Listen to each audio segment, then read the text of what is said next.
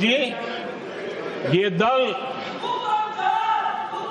युवाओं के भविष्य पर आपदा बनकर गिरे हुए हैं।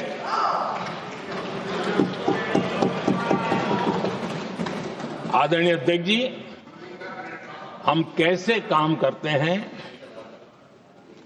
ये हरियाणा में अभी अभी देश ने देखा है। बिना खर्ची, बिना पर्ची नौकरी देने का वादा किया था। सरकार बनते ही नौकरी मिल गई नौजवानों को। हम जो कहते हैं उसी का परिणाम है। आदरणीय अध्यक्ष जी, हरियाणा में तीसरी बार भव्य विजय और हरियाणा में के इतिहास में तीसरी बार विजय, ये अपने आप में ऐतिहासिक घटना है। आदरणीय अध्यक्ष जी, महाराष्ट्र में भी ऐतिहासिक परिणाम, जनता जनार्दन के आशीर्वाद। महाराष्ट्र के इतिहास में सत्ता पक्ष के पास इतनी सीटें पहली बार, ये जनता जनार्दन के आशीर्वाद से हम करके आए हैं।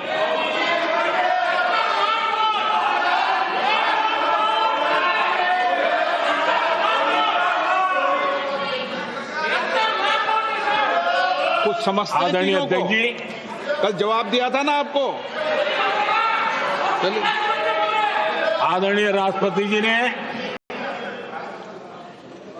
अपने अभिभाषण में हमारे संविधान के 75 वर्ष होने पर भी विस्तार से चर्चा की है।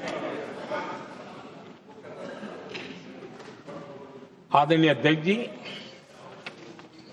संविधान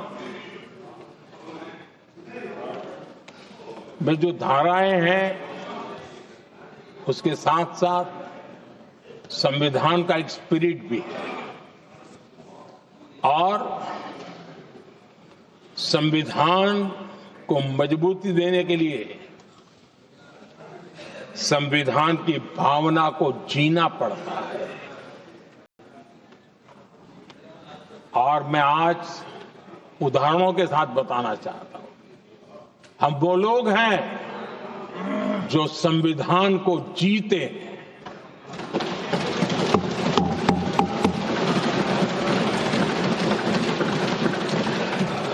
आदरणीय अध्यक्ष महोदय, हमारे यहां ये बात सही है, परंपरा है कि राष्ट्रपति जी जब उद्बोधन करते हैं तो उस सरकार के उस साल के कार्यकाल का ब्यौरा देते हैं। उसी प्रकार से राज्यों में गवर्नर का जो उद्बोधन होता है सदन में, वो उस राज्य के कार्यकलापों का ब्यौरा देते हैं। संविधान और लोकतंत्र का स्पिरिट क्या होता है? जब गुजरात के 50 वर्ष हुए, गोल्डन जुबली ईयर मना रहे थे और सद्भाग्य से मुझे उस समय मुख्यमंत्री के रूप में सेवारत था मैं, तो हमने एक महत्वपूर्ण निर्णय किया। हमने किया इस गोल्डन जुबली ईयर में पिछले 50 वर्ष में सदन में जितने भी गवर्नर के भाषण हुए, मतलब उस समय की सरकारों का ही वाहवाही उसमें होती है, हमने कहा कि उन 50 साल में जितने भी गवर्नर के भाषण हुए हैं सबको ही एक पुस्तक के रूप में तैयार किया जाए, ग्रंथ बनाया जाए और आज सभी लाइब्रेरीज में वो ग्रंथ अवेलेबल है। मैं तो बीजेपी वाला था, गुजरात में तो ज्यादातर कांग्रेस की सरकारें रही थी, उन सरकारों के गवर्नर के भाषण थे, लेकिन उसको भी प्रसिद्ध कराने का काम भाजपा से बना एक मुख्यमंत्री कर रहा था। क्यों? हम संविधान को जीना जानते हैं, हम संविधान को समर्पित है, हम संविधान के स्पिरिट को समझते हैं। आदरणीय अध्यक्ष जी, आप जानते हैं 2014 में जब हम आए तब मान्य विपक्ष नहीं था, रिकॉग्नाइज्ड अपोजिशन पार्टी नहीं थी, उतने अंक भी लेकर के कोई नहीं आए थे। भारत के अनेक कानून ऐसे थे कि हमें पूरी स्वतंत्रता थी उस कानून के हिसाब से काम करने की। अनेक कमेटियां ऐसी थी जिसमें लिखा था लीडर्स ऑफ अपोजिशन उसमें आएंगे, लेकिन अपोजिशन था ही नहीं, रिकॉग्नाइज्ड अपोजिशन नहीं था। ये हमारा संविधान जीने का स्वभाव था, ये हमारा संविधान का स्पिरिट था, ये हमारी लोकतंत्र की मर्यादाओं का पालन करने का इरादा था। हमने तय किया कि भले मान्य विपक्ष नहीं होगा, रिकॉग्नाइज्ड अपोजिशन नहीं होगा, लेकिन जो सबसे बड़े दल का सब नेता है उसको मीटिंगों में बुलाएंगे।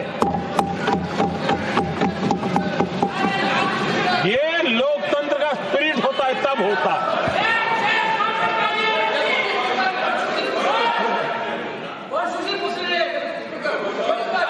चुनाव आयोग की कमेटियां, आदरणीय अध्यक्ष जी, पहले तो प्रधानमंत्री फाइल करके निकालते थे। ये हम हैं जिसने अपोजिशन के लीडर को भी उस कमेटी में बिठाया है।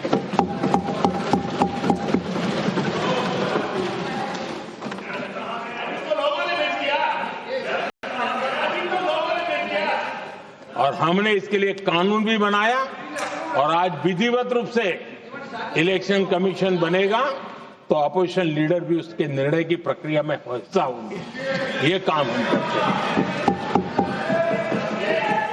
और ये मैंने पहले ही कहा, हम इसलिए करते हैं कि हम संविधान को जीते हैं। आदरणीय अध्यक्ष जी, दिल्ली में आपको कई स्थान ऐसे मिलेंगे जहां कुछ परिवारों ने अपने म्यूजियम बना करके रखे हुए हैं।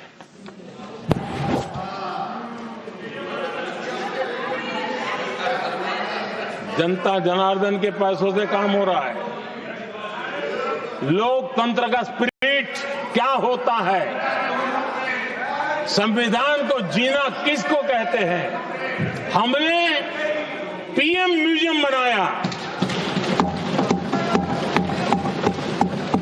और देश के पहले से लेकर के मेरे पूर्व तक के सभी प्रधानमंत्रियों के जीवन को और उनके कार्य को उस पीएम म्यूजियम बनाया गया है।